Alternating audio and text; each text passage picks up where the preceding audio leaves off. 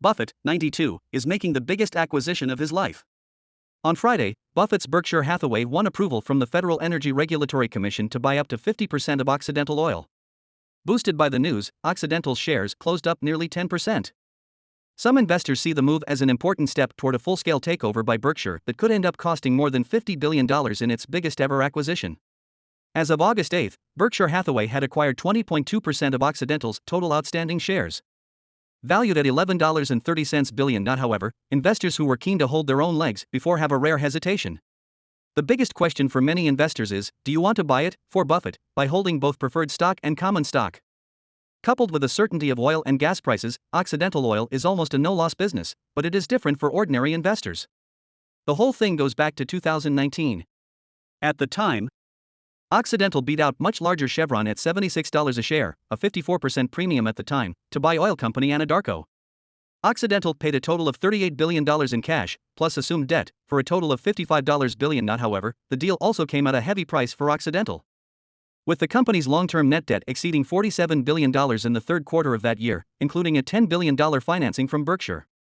Berkshire received 100,000 preferred shares of Occidental Petroleum, 8% dividend yield, and 84 million warrants to purchase Occidental Petroleum common stock through the financing. Owning both preferred stock and common stock is very beneficial for Berkshire, and the yield is unmatched by common stock. For the average investor, Occidental's annual return since its acquisition of Anadarko has been 3.2%, less than half the yield on Buffett's preferred stock, when dividends and buybacks are factored in. During the same period, the energy sector and the S&P 500 have returned 15.1% and 16.3%, respectively. Berkshire already owns about one-fifth of Occidental's stock, which would be more than a quarter if warrants for common stock are factored in. A feature in its preferred stock agreement could incentivize Occidental to return a chunk of cash to common shareholders before it begins exiting the expensive financing, according to an earlier Wall Street Insight article. The agreement allows Occidental to begin redemption of these preferred shares by August 2029, provided Occidental has earned a return of $4 per share through dividends or buybacks over the past 12 months. Once that happens, half of the funds above the $4 per share threshold must be used to redeem Berkshire's preferred stock. Occidental Chief Executive Vicki Hollop said on a conference call after its second quarter earnings report that the company could hit a trigger point of $4 per share next year, according to media calculations. Occidental could buy back $1 billion of stock per quarter and hit the threshold in the first quarter of 2023. By then, the company's net debt will likely fall to around $14 billion. A decline in the company's net debt means an increase in shareholder value. The company's long-term net debt had shrunk to $21.7 billion at the end of last quarter, and the company has resumed a partial dividend and started buying back shares.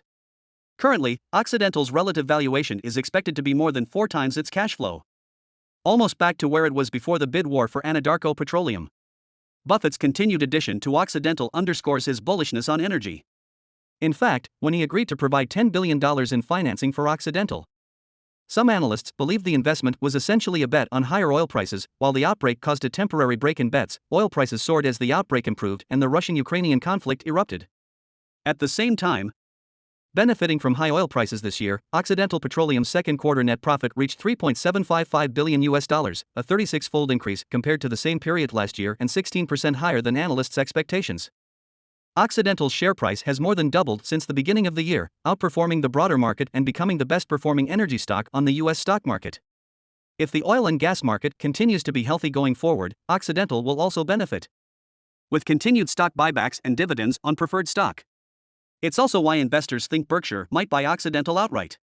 As for why Buffett bought at a time when the current premium is so high, the analysis said that it may be because his lock on the capital structure has given him what he wants in terms of spending constraints and oil and gas price risk. In addition, analysts believe that even if the recession causes oil prices to fall and Occidental Oil slows down its dividend, Buffett can still get his preferred benefits. Buffett, who owned Occidental prior to the outbreak, had already enjoyed several waves of oil and stock price gains. And any recession-induced declines are unlikely to see the company experience another one as severe as it did during the pandemic crash, especially as the company continues to reduce its debt load.